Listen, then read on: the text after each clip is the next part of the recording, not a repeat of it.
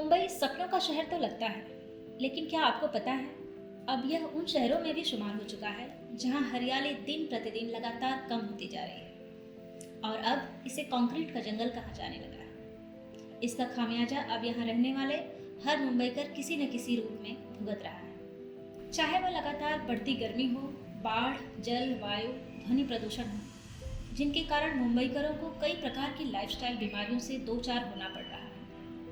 कभी इस शहर के बीचों बीच और चारों तरफ घने जंगल, हरियाली ही हरियाली होती थी, लेकिन बेतहासा कंस्ट्रक्शन और बढ़ते रियल एस्टेट की कीमतों के चलते उनमें से ज़्यादातर स्पेस पर अब हाई राइज इमारतों ने कब्जा कर लिया है। ऐसे में इस शहर को इसका अपना ग्रीन कवर या जंगल वापस दिलवा पाना तो लगभग असंभव है, लेकिन फिर भी एक इंसान है जो इस असंभव को संभव बनाने का संकल्प ले रखा है। जी हाँ, प्रदीप त्रिपाठी, जो ग्रीन यात्रा के मुखिया हैं, इस शहर को इसका जंगल वापस दिलाने के लिए जी जान से लगे हुए हैं। अब तक इन्होंने करीब 40 लाख से भी ज़्यादा पेड़ों को जापान की मियावाकी टेक्नोलॉजी से मुंबई और इसके आसपास के इलाकों के डंपिंग ग्राउंड, खाड़ियों, बेकार पड़ी जमीनों में सफलतापूर्वक उगा चुके हैं। इनका टारगेट है कि वे जल्द ही 10 करोड़ पेड़ों से मुंबई के आसपास के इलाकों को हरा भरा कर देंगे, जिससे न केवल मुंबई को हरियाली मिलेगी बल्कि शुद्ध हवा, ऑक्सीजन में वृद्धि, कम ध्वनि प्रदूषण की बढ़ोतरी से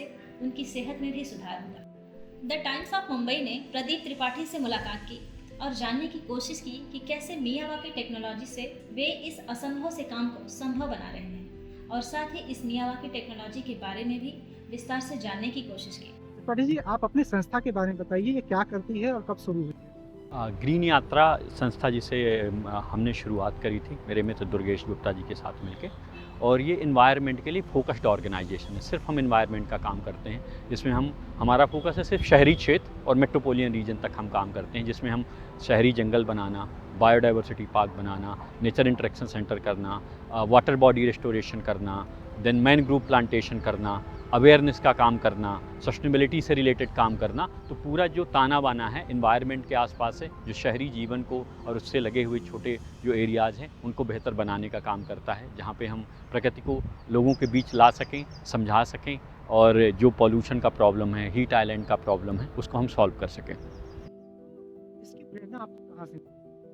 बेसिकली मैं एक पॉजिटिव एटीट्यूड वाला पर्सन हूँ, और ये होता है कि यदि प्रॉब्लम है तो इट्स बेटर कि जो प्रॉब्लम है तो उसको हम उसके बारे में सिर्फ बात करें, या जो सलूशन है उसका हिस्सा बने।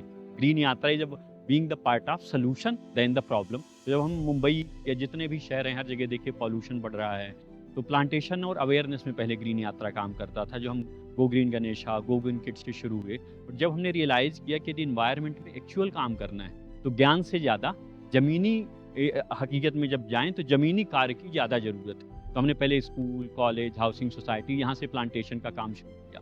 उसके बाद हमें लगा कि यहाँ पे तो जगह ख़त्म है, तो हम कोई ऐसी टेक्निक करें, क्योंकि हज़ारों लाखों गाड़ियाँ पर ईयर हर शहर में जुड़ती हैं, पॉल्यूशन बढ़ रहा है, हर घरों में एसी बढ़ रहे हैं, हर तरफ यानी पॉल्यूशन की मात्रा, हीट आइलैंड की मात्रा काफ़ी ज़्यादा बढ़ रही है। तो हमें लगा कि कुछ ऐसी टेक्निक हो। Then we came across the Miyawaki plantation techniques, जो एक जापानीज टेक्निक है, डॉक्टर अकीरा मियावाकी ने इन्वेंट की थी जापान में। तो जब हमने उसकी जानकारी की, हमने उसका ऑब्जर्वेशन किया कि जहाँ जहाँ पे हो रही थी इम्पैक्ट क्या है, तो इसका जो सबसे फैसिनेटिंग पार्ट है कि जहाँ पे भी जाती है वहाँ की लोकल हो जाती है। जैसे लोगों में बहुत मिसकंसेप्शन है कि ये जापानीज टेक्नोलॉजी जापानीज है, जैसे कपड़ा सिलने का तरीका है, जापान के कपड़े आप सिलिए या अमेरिका के कपड़े सिलिए या देसी कपड़े सिलिए, ये तो सिलने का एक तरीका है। उसी तरह है कि आप जिस टेक्नोलॉजी से इससे आप पेड़ लगाएंगे तो 2 फीट का पौधा 2 साल के अंदर 15 से 20 फीट का हो जाता है। और इसकी कंडीशन ये है कि वो लोकल नेटिव स्पीसीज होना चाहिए। यदि हम मुंबई में कर रहे हैं तो मुंबई के आसपास के जंगल के पौधे लगना चाहिए। तो ये एक्चुअल जंगल का छोटा प्रतिरूप है ये। और इसमें दूसरा ये है कि किसी केमिकल का इस्तेमाल नहीं होता है, तो local native vegetation and soil enrichment पे बेस्ड मेथड है, और फटाफट ग्रोथ होती है, कम जगह चाहिए होती है, आप कहीं पे भी लगाइए। जैसे हम लोग डंपिंग यार्ड, जैसे आपने बोला कि जो डिग्रेडेड लैंड, जिस जगह पे हम खड़े हुए हैं, ये वाटर फ्रंट है और काफ़ी मतलब डिग्रेडेड लैंड थी, यहाँ पे वाटर फ्रंट बनाया गया। और इस एरिया का हमने कोशिश की कि यदि हम इधर से हाईवे है तो हवा डस्ट आ रहा है, पॉल्यूशन आ रहा है, नॉइस पॉल्यूशन आ रहा है, तो इसको कैसे मिटिगेट करें और टेम्परेचर भी कम हो। तो ये मेथड का हमने यहाँ पे इस्तेमाल किया, और ऐसे हमने लगभग 170 फॉरेस्ट पूरे इंडिया में लगभग 30-40 लाख पेड़ों को लगा के बनाए हैं। तो दैट इज़ हाउ मियावाकी है। सर मुझे ये बताइए, मुंबई के आसपास आप कहाँ पे कौन से प्रोजेक्ट कर रहे हैं? मुंबई के आसपास हमने लगभग 1 मिलियन के आसपास ट्रीज़ लगाए हैं, लगभग जिसे 10 लाख हम बोल सकते हैं। एक ये जो हम पारसिक वाटर फ्रंट में है, तो यदि हम थाने म्यूनिसिपल कॉरपोरेशन में हमने लगभग 2-2.25 लाख पेड़ लगाए हैं, जिसमें हमने 4 वाटर फ्रंट किए हैं, जैसे पारसिक वाटर फ्रंट हो गया, बागविल हो गया, नांगला बंदर हो गया, कोलशेत हो गया। फिर हमारा दूसरा जो सबसे बड़ा प्रोजेक्ट एरिया है नवी मुंबई है, जहाँ हमने लगभग 5-6 लाख पेड़ लगाए हैं, जिसमें हमारे, जैसे मैंने बताया, 2 बड़े प्रोजेक्ट हैं, जो 1,30,000 के 2 प्रोजेक्ट हैं, जो एक मैसिव, एक 30 एकड़ में फैला हुआ है और एक लगभग 40 एकड़ में फैला हुआ है। मुंबई के अंदर जो बीएमसी के जो रिडक्शन में आता है, वहाँ पे हमने डिफेंस लैंड में लगभग 1.5 लाख के आसपास पेड़ लगाए हुए हैं। जहाँ पे यदि आप मारवे साइड जाएँ तो वहाँ पे एक डिफेंस लैंड है, वहाँ पे हमने काफ़ी सारा प्लांटेशन किया है। कांदीवली में किया हुआ है। कुछ प्रोजेक्ट हमने क्या कहते हैं, डिफेंस लैंड और हैं जो स्टेट पुलिस फोर्सेस हैं, उनके साथ हमने किया हुआ है। तो इस एरिया में लगभग 10 लाख से ज़्यादा हमने पेड़ लगाए हैं और ज़्यादातर जो लैंड थी वो डिग्रेडेड है और अब हम और लैंड की तलाश में हैं। हमें यदि जितनी मिले तो हम नहीं चाहते कि मुंबई के प्रोजेक्ट हम अदर जगहों पे लेके जाएं।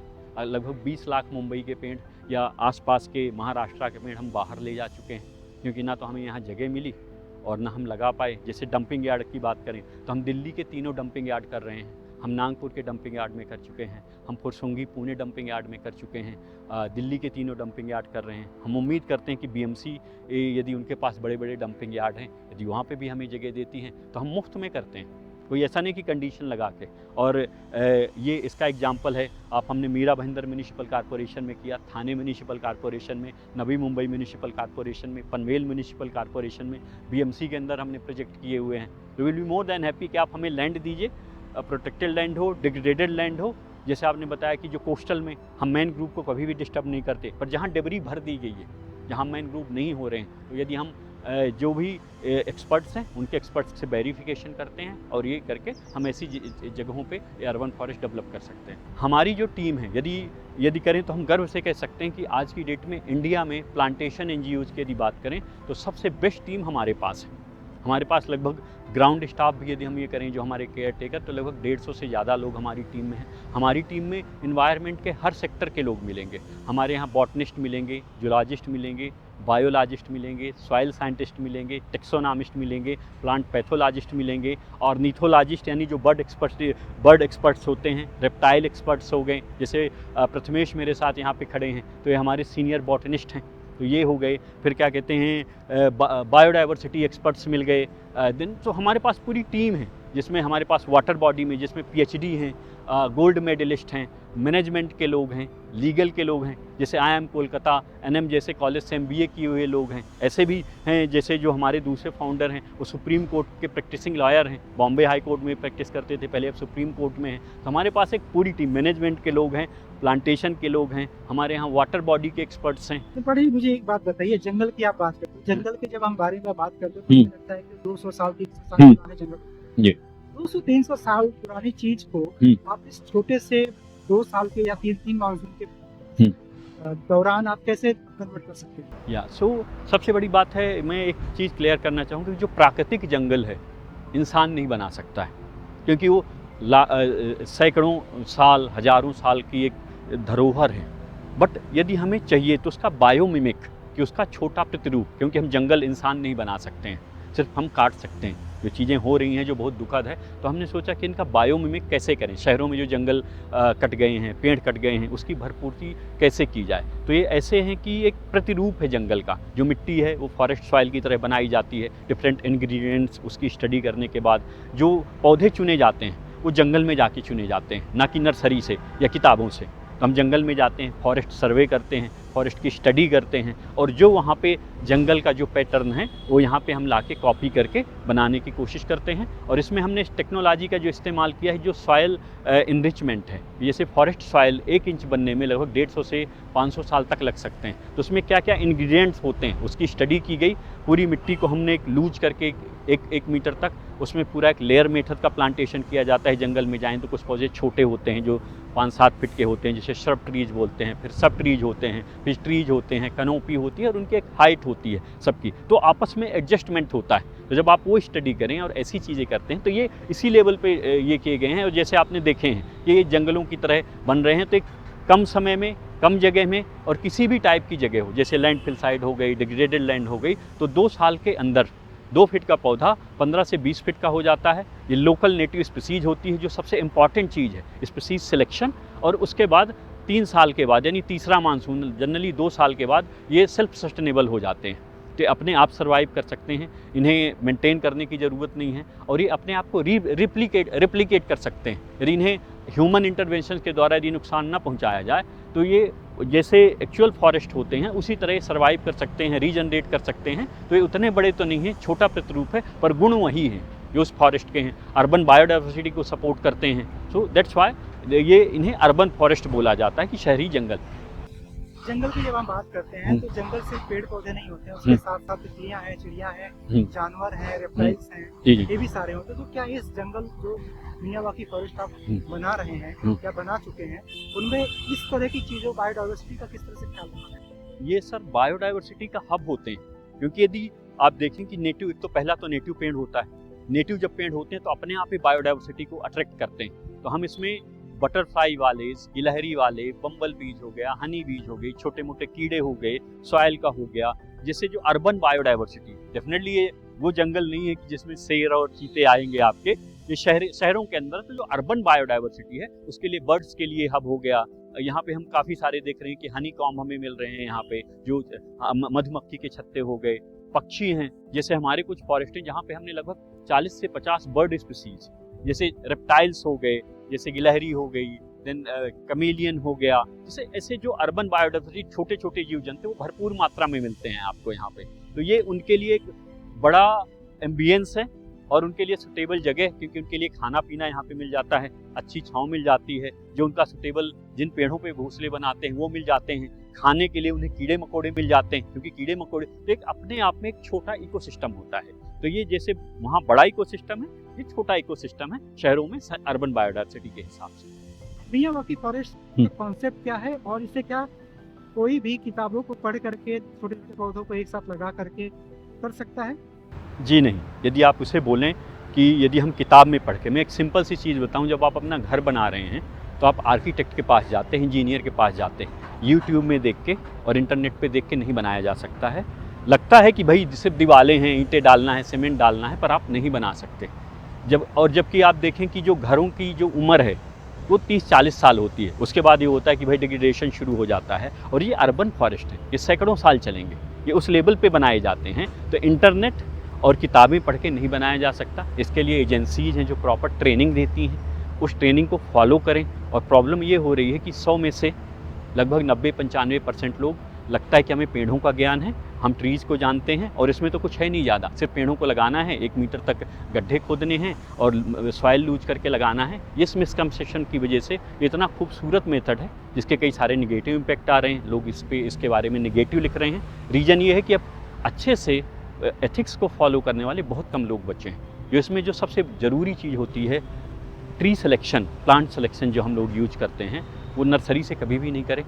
नर्सरी ये है कि उस स्टडी के बाद वहाँ से आप खरीद सकते हैं। किताबों में जो डेटा लिखा है उसको पढ़िए, उसका डेटा कलेक्ट कीजिए और जंगल में जाइए, क्योंकि हर 50 किलोमीटर में जंगल अपना पैटर्न बदलता है। जैसे हम कहते हैं भारत में हर 40 किलोमीटर के बाद भाषा बदलती है, भाषा टोन बदलता है। जी। तो उसी तरह जंगल भी बदलते हैं। तो जब आप जंगल में जाते हैं तो आपको इतनी सारी चीज़ें समझ में आएगी कि कौन सा पेड़ बेटर रिस्पॉन्ड कर रहा है, कौन सी वहाँ डोमिनेंट स्पीसीज है, कौन सी सेकेंडरी स्पीसीज है, कौन सी माइनर स्पीसीज है। इस तरह से पूरा एक जंगल एक कम्बिनेशन होता है। सिर्फ नर्सरी के बेसिस पे आप बनाएंगे, आपको ग्रोथ तो मिल जाएगी, जो आप ग्रोथ देख रहे हैं, कंपटीशन होगा सनलाइट में, बट आने वाले टाइम में कुछ टाइम के बाद ये जंगल डिग्रेड होना शुरू करेंगे। इसलिए बिना फॉरेस्ट सर्वे के प्रॉपर इन्फॉर्मेशन के यदि आप फॉरेस्ट क्रिएट कर रहे हैं, वो सिर्फ डेंस फॉरेस्ट बोलते हैं उसे, आप कर सकते हैं, वो मियावाकी जंगल नहीं है। यदि आपको बनाना है तो प्रॉपर एजेंसीज हैं, उनकी ट्रेनिंग लीजिए। और आप कुछ ऐसा बना रहे हैं जो दोबारा रीडू नहीं किया जा सकता है, क्योंकि ये यदि प्रॉपर तरीके से हुए तो सैकड़ों साल चलते हैं। तो प्रॉपर प्रिकॉशंस लिया जाए। और मेरी सब लोगों से निवेदन है कि जो लोग हैं जो प्रॉपर तरीके से हैं तो प्रॉपर तरीके से करें, क्योंकि एक बार पेड़ लगा तो वो कट नहीं सकता है, और कटता है तो रीडू नहीं हो सकता है। इन चीज़ों का हमें ध्यान रखना होगा। मियावाकी फॉरेस्ट के प्रोसेस को बताइए ना, किस तरह से शुरुआत होती है और कितने समय तक, इसे कितना समय लगता है मियावाकी फॉरेस्ट को तैयार होने में? यदि हम बोलें तो ये 2 सालों में तैयार हो जाते हैं। प्रोसेस इसका शुरू होता है साइट सिलेक्शन से, कि आप जब साइट सिलेक्शन करते हैं तो यदि आप कहीं पे कर रहे हैं, शहरी एरिया में कर रहे हैं, तो आप देखिए सर्विस लाइन नहीं जानी चाहिए नीचे से, जैसे बिजली का वायर हो गया, ऑयल का वायर हो गया, पाइपलाइन जा रही है, वो नहीं जानी चाहिए, क्योंकि यदि ज़रूरी हुई तो यदि उनको खोदना है तो फिर जंगल काटने पड़ेंगे जो हम पेड़ लगा रहे हैं। उसके बाद सॉयल एनालिसिस होती है, इसकी पिट टेस्ट होता है कि ज़मीन के अंदर क्या है। शहरों में आप देखिए तो नीचे डबरी भरी होती है 1 फीट के नीचे, तो सॉयल एनालिसिस हो गया, जिसमें physical, chemical and biological soil analysis होता है, लैब में होता है, टेक्सचर होता है। उसके बाद सॉयल एनालिसिस के बेसिस पे हम लोग सेलेक्ट करते हैं बायोमास। बायोमास में यदि सैंडी सॉयल है तो उसमें वाटर रिटेनर की ज़्यादा ज़रूरत पड़ती है, यदि काली मिट्टी चिपकने वाली है तो उसमें परफोरेटर की ज़्यादा ज़रूरत पड़ती है, फिर उसमें कंपोस्ट का यूज होता है, तो एक बायोमास बनता है। उसके बाद उसमें जीवामृत और घन जीवामृत की, इसमें जीवन कितना है मिट्टी में। फिर फॉरेस्ट सिलेक्शन, हमें ट्री सिलेक्शन, तो उसके लिए फॉरेस्ट सर्वे करना होता है। फॉरेस्ट सर्वे के बाद जो बेस्ट पॉसिबल स्पीसीज़ हैं, यदि आपको 100-200 आपने फॉरेस्ट सर्वे किए तो कितने पौधे मिल पा रहे हैं, तो बेस्ट पॉसिबल में लगाइए। उसमें डोमिनेंट स्पीसीज़ कौन सी है, कौन सी नहीं है। तो उसके बाद एक लेयर प्लांटेशन होता है कि ट्री, सब ट्री, यदि नीम का पेड़ है तो नीम के बगल में नीम नहीं लगना चाहिए, अगल बगल दूसरे पेड़, इस तरह जो आपको फॉरेस्ट में पैटर्न मिला है उस लेवल पे पेड़ लगने चाहिए। इसके बाद इसमें छोटे छोटे सपोर्ट, क्योंकि पौधे जनरली 1 से 2 फीट के, 3 फीट से ऊपर नहीं लगाने चाहिए जो सजेस्टेड है। उसमें वो लगाने के बाद पौधे छोटे होते हैं तो बाम्बू का सपोर्ट स्टिक लगाया जाता है, तो जो पौधे को सपोर्ट भी देता है और पानी के लिए रास्ता भी बना के देता है। फिर उसके बाद मल्चिंग का इस्तेमाल किया जाता है, जो पराली होता है उसमें। उसका फ़ायदा क्या है कि यदि बहुत गर्मी है तो नीचे उतनी गर्मी नहीं जाएगी, ठंडी है तो बहुत ठंडी नहीं लगेगी पौधे को, जैसे दिल्ली में हीट वेव और क्या कहते हैं कोल्ड वेव दोनों चलती हैं।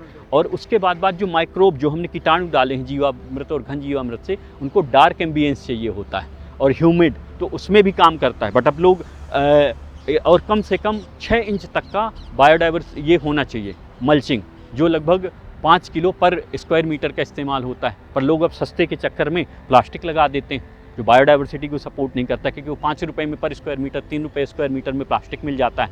उसके बाद उसको 2 साल तक proper maintenance like a baby care, flooding करना पड़ता है इनिशियल, पानी देना, चेक करना कोई दिक्कत तो नहीं है, न्यूट्रिएंट्स देना, एंड देन आपको मेंटेन करना पड़ता है। डीवीडिंग करनी पड़ती है कि उसमें जब पौधे छोटे होते हैं और घास नहीं उगे, जो भी सब सारी चीज़ें मेंटेनेंस के बाद 2 साल तक आप इनको केयर करना पड़ता है। 2 साल के बाद ये लगभग इनकी एवरेज जो ग्रोथ है 15 से 20 फीट, डिपेंडिंग जहाँ पे किस लाइफ का है। अब दिल्ली साइड में बोलेंगे तो दिल्ली साइड में कैनोपी होता ही नहीं है, तो वहाँ की ग्रोथ पैटर्न अलग होगा, राजस्थान का ग्रोथ पैटर्न अलग होगा, वेस्टर्न इंडिया का ग्रोथ पैटर्न अलग होगा, साउथ इंडिया जो है कर्नाटका, केरला, वहाँ का ग्रोथ पैटर्न होगा।